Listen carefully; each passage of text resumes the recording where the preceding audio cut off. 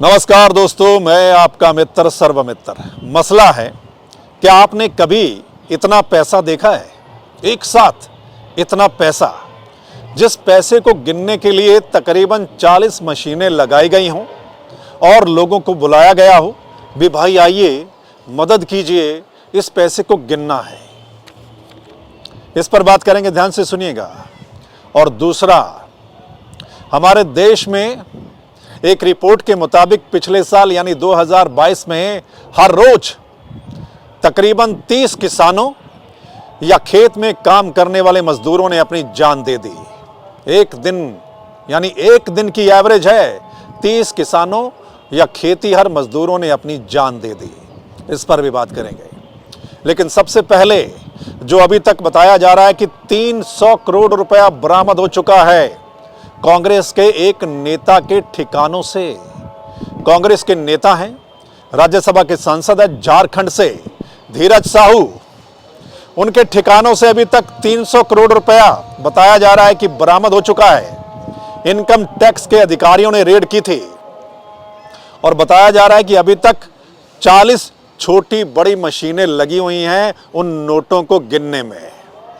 और एक और बात ध्यान से सुनिएगा, आसपास की जो बैंक की ब्रांचेज है ना, स्टेट बैंक ऑफ इंडिया की, उनसे अपील की गई है कि और लोगों को भेजिए, इस पैसे को गिनना है, गिनने में मदद कीजिए। इतना पैसा वहां से निकल रहा है और बताया जा रहा है कि एक जगह से ही जो अलमारियां थी वहां से करीब 250 करोड़ रुपया निकला है और बाकी जो पैसा है वो 3-4 और जगह से बरामद हुआ है। और अभी तक मामला थमा नहीं है, अभी कई और ठिकानों पर रेड जारी है। 3-4 राज्यों में रेड चल रही है, अभी और पैसा निकल सकता है। आप अंदाजा लगा सकते हैं एक नेता के यहां से, उस नेता का हालांकि शराब के कारोबार से जुड़ा हुआ मामला है, शराब कारोबारी कहा जाता है।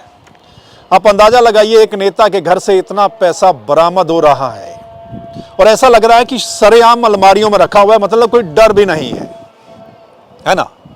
अगर एक नेता के घर से इतना पैसा बरामद हो रहा है और अगर ठीक से हमारे देश में नेताओं के यहां रेड हो जाए, जो नेता भी 1 साल यानी कि 1 टर्म में 2 टर्म 3 टर्म रहा है और कभी उसको मंत्री बनने का मौका मिल गया या शराब वाले कारोबार विभाग का मंत्री बनने का मौका मिल गया, अगर उनके यहां रेड डल जाए, या भी पीछे भी बहुत सारी बातें निकल कर आई थी, आपने देखा होगा, एक केंद्रीय मंत्री से जुड़ा हुआ मामला था, यानी उसमें भी हजारों करोड़ रुपए की बातचीत हो रही थी, है ना।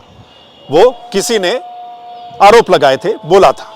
तो मतलब हमारे देश में पॉलिटिक्स इतनी बदनाम हो गई है और वो बदनाम इस वजह से हो गई है क्योंकि भ्रष्टाचार को लेकर नेताओं के बारे में सीधा सीधा लोगों का परसेप्शन यही जाता है ना।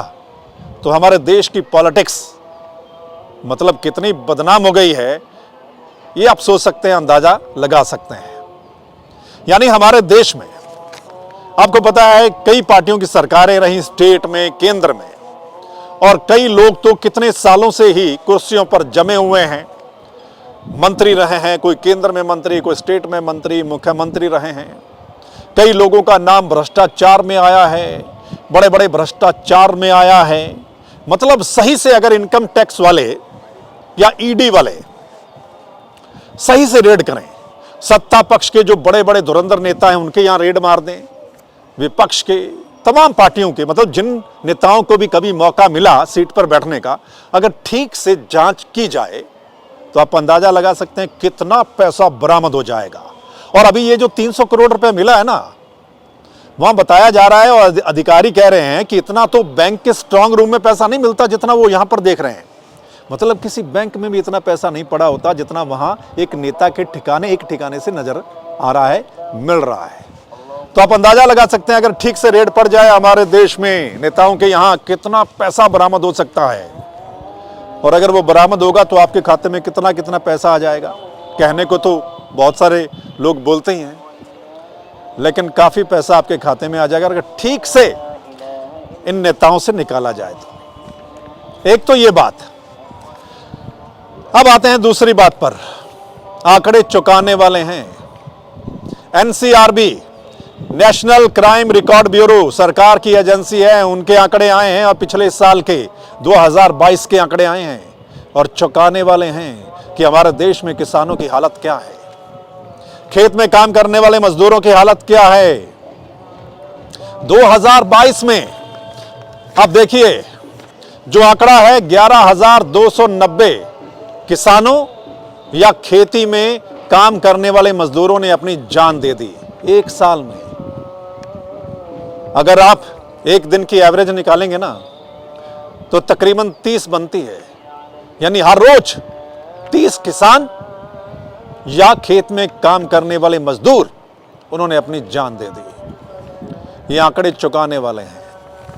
और 11,290 में से 5,207 किसान थे और बाकी के मजदूर थे। हालांकि महाराष्ट्र में ये जो पूरे आंकड़े हैं तकरीबन तीसरा हिस्सा महाराष्ट्र से है, उसके बाद तमिलनाडु कर्नाटक की बात है, कर्नाटक आता है, आंध्र प्रदेश आता है, तमिलनाडु एमपी आता है, वहां के लोग, वहां के किसान। तो ये हालत है हमारे देश में किसानों की और खेती में काम करने वाले मजदूरों की। तभी किसान एमएसपी मांग रहा है। किसानों को कई बार ऐसे पेस्टिसाइड मिलते हैं, दवाइयां मिलती हैं जिससे फसलें खराब हो जाती हैं। कई बार किसान की पकी पकाई फसल मौसम की वजह से खराब हो जाती है और मुआवजा मिलता है, नहीं मिलता है, कितना मिलता है। किसान जो इतनी लागत लग जाती है उसकी भरपाई कैसे होती है आप सोच सकते हैं दोस्तों। तभी हमारे देश में किसान लंबे समय से संघर्ष कर रहे हैं। आंदोलन सबसे बड़ा हमारे देश में हुआ, पूरी दुनिया ने देखा। पूरी दुनिया में ऐसा आंदोलन आज तक किसानों की ओर से नहीं हुआ कि देश की राजधानी में इतने समय तक किसान बैठे रहे हों। हालांकि वो नए कानून तो वापस सरकार ने ले लिए, लेकिन एमएसपी की मांग अभी भी बरकरार है। उसको लेकर किसान अभी भी संघर्ष कर रहा है।